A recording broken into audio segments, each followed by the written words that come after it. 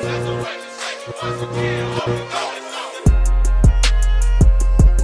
when we first met, we talked about stuff that we have in common is we're both Laker fans. Hmm. So, like you said, I was on Team Westbrook when we traded for him last year, and that was actually a year ago, 2 days ago, I believe, that we had traded for him. Wow, what a And I just remember difference. that day. I was at practice, and I was like, oh, the Lakers made the move, this and that. LeBron, he doesn't have to worry about playing all these games. Westbrook's gonna take over. The season we had, we don't have to get into it. We know what happened, We know how unfortunately. that worked out. Yeah, so yeah. we so this year's like agenda for the offseason was getting younger and getting more athletic. How do you feel about the roster we have now? Brandon, I'm not gonna lie, man. I'm kind of torn. Like, you look at the additions, and yes, like we did get younger, particularly in spots that our age really showed. You look at the big position. Last year, we had past his prime Dwight Howard having to come in big time to kind of help out. With AD being injured, and look at our front court rotation. Carmelo playing a lot of four as well. Hmm. We just had older guys there. And now with Thomas Bryant and Damian Jones, not only do you have some younger players, guys who are like approaching their prime, if not kind of in there, but the offensive game of Bryant is very nice. Able to shoot the three. Damian Jones, the Lakers should never let him go in the first place, in my opinion. I think you I agree. agree. You Yeah. know, he stepped up a little bit more in Sacramento, and even kind of flashed a 3-point shot. Very, very, low Hmm. attempts, but the fact he's taking Yeah. it, like, that's nice. And then you look at Juan Toscano Anderson. You have a Troy Brown Jr. You have Lonnie Walker. Like, you have some guys who it's weird. I'm torn because they are younger, and that's good. But like, I was really hoping for some of what the components that 2020 Lakers team had that won the championship. Right? You had good defense. You had LeBron and Hmm. AD. You had just enough offense to skate by. When I say that, you're looking at guys like Kyle Kuzma. You're looking at guys, like Contavious Caldwell Pope, like Danny Green at the time. Like these guys at least could knock down shots, could go for Yeah. 15 a night, that sort of thing. I don't see that same type of game here. Like, all these guys can maybe do that. You know what I mean? Get you Hmm. 12 or so.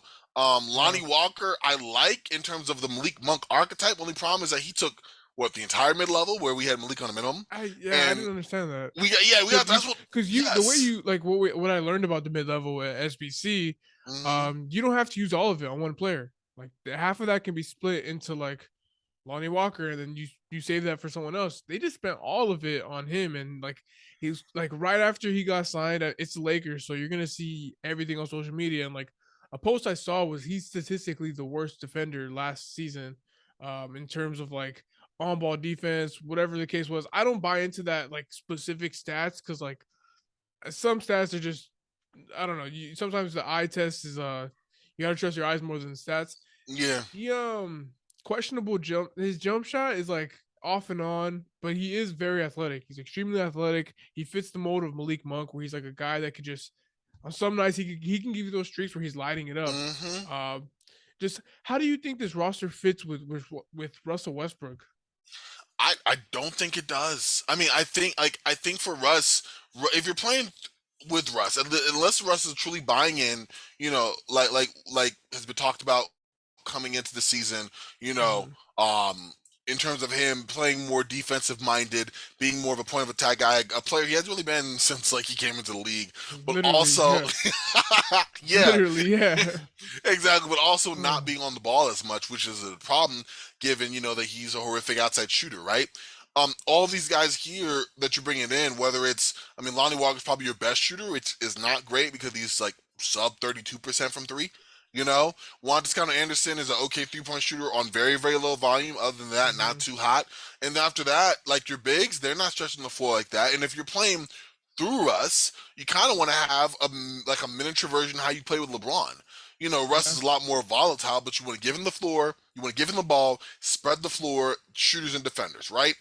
You might have some defenders, really depending on who you mix and match, but that's and the Mhm. shooting is just as iffy. The only guy who probably crosses like both boxes is Troy Brown, Yeah. and Yeah, and even even then, he he's shoots not exactly exactly. low volume The league thought of him is average. nice. The thought of him is nice, but I don't know. I've spoken to Bulls fans, and they're just like, all right, like y'all gonna have to see for yourselves, you know. So Yeah, and you don't want to hear that. Like that's what I'm saying. And that's that's what I think. A lot of this is like a lot of these signings seem to be that.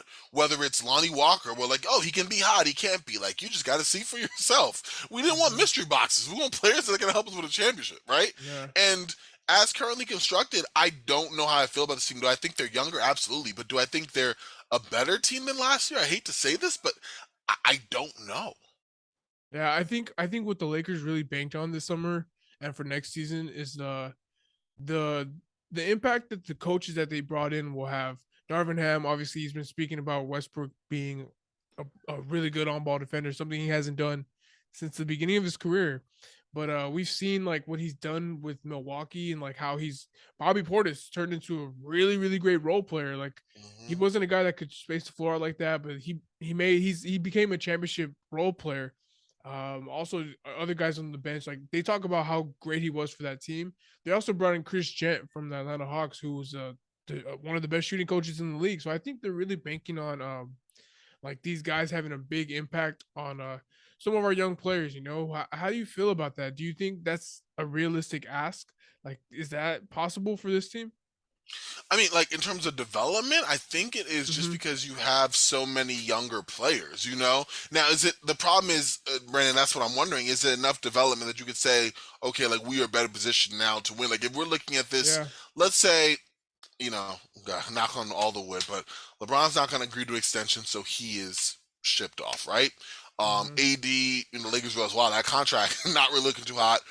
Some team might want to buy in on him, moving forward as like a piece for their championship team. We get back some picks, and now we have these picks. We have these free agent additions. We still have Stanley Johnson, Austin Reeves, Taylor Horn Tucker, and now we Yeah. look at the developmental side of our coaching staff between Darvin Ham, like you said, Chris Gent, the holdover. I'm forgetting his name now. Phil Handy. There you go. Oh yeah, yeah. How, Yeah, I yeah. don't know why I was Phil's a blanking beast, out there bro. for exactly. So if you were to have that line, then it's okay, cool. Like the expectations though are now significantly reduced because you're like, okay, good. This development can help them. Who knows what these guys could be? They're all pretty Hmm. young. With the team we have now, you're like simultaneously hoping that this coaching staff can like foster this young group and get them up to speed, but not up to speed just for a regular NBA team, up to speed for like, okay, championship or bust, because we have 38-year-old LeBron James and an AD who's not getting any healthier, unfortunately, or younger. You know what I mean?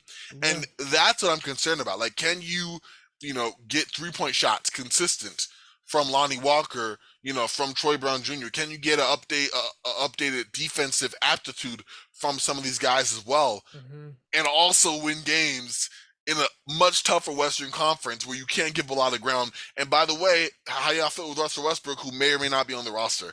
It's a lot of questions around a weird roster.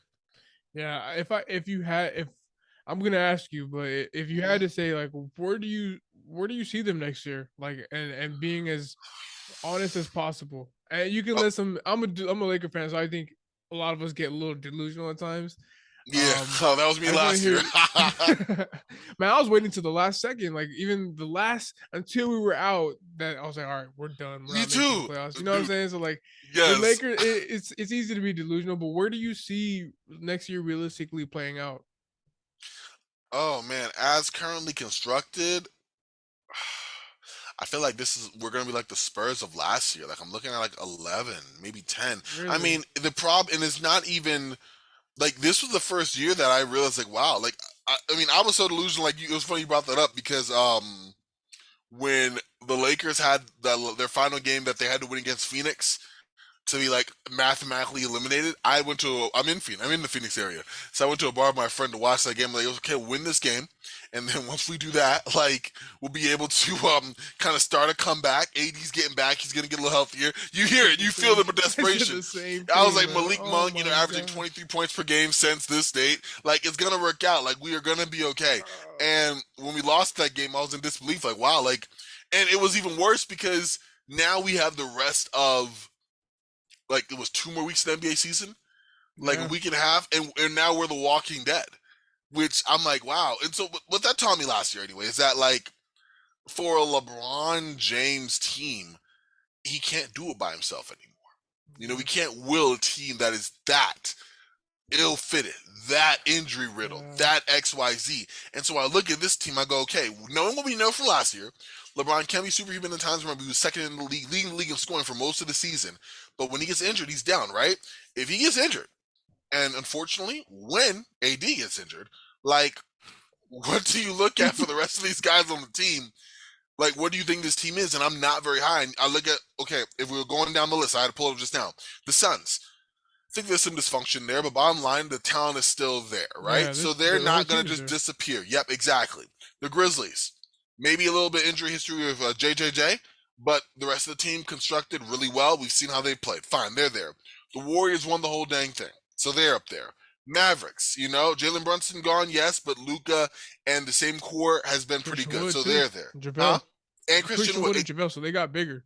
There you go. A And lot that's bigger. another thing. They're way bigger. That's a very good point. Denver up there. Denver's gonna be so. And I'm sorry to cut off real quick, but Yeah, no I problem. had conversation. I just want to put this out there. So I had conversation with a friend about a couple weeks ago, and I think they're like my dark horse. If I had to pick a dark horse to win the championship, that's my team. I Dude. do. Oh man, I think they have the same like. It reminds me of Giannis and the Bucks. Like, oh, 2-time MVP, this and that. It's gonna be Yep. voter fatigue. They're gonna be off the radar.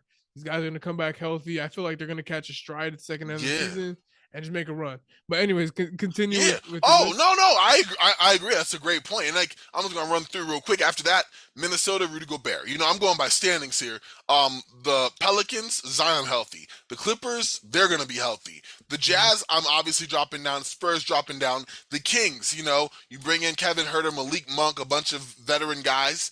They're trying to win. And Portland. So that's all. That's 13 teams. That leaves the Thunder, the Rockets, and the Spurs, and the Jazz. So 4 teams actively trying to lose. All these teams getting better. Mhm. I hate to say it, but I can't comfortably put the Lakers above a bunch of these teams, maybe over the Kings and the Pelicans. So now we're looking Yeah. at 10 or We 11. even mentioned the Pelicans. Yeah, exactly. Yeah. With Zion. Yeah, exactly. And that's what I'm saying. So now I'm looking at Yeah. 10 or 11 for the Lakers. And that's hard. I mean, as currently constructed, if they make a trade for Mhm. Kyrie or something like that happens, maybe we obviously drastically reset it. But as of right now, I'm not too optimistic, man. I hate to say it, but I mean, so look, I'm gonna again say something out there, put something out there. okay. I don't know if the delusion's still there, bro. If you had to ask me where I see them finishing, I would say boldly a 6th or 8th seed. I think they'll make it via the play-in. Wow. But Okay. I just think, look, so this is a topic that I have.